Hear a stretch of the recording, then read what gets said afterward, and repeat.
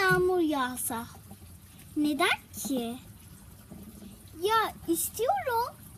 Ya ben havuza girmeyi sevmiyorum. Neden sevmiyorsun? Çünkü orada ben yüzmeyi bilmiyorum, yani yoruluyorum. Zor geliyor. Ama havuz ve yağmur aynı şey sayılmaz mı? Sayılmaz tabii. Orada kollarını, bacaklarını, her yerini çırpıyorsun. Yani havuzda. Yağmurdaysa altında durman yeterli oluyor. Ah, tamam.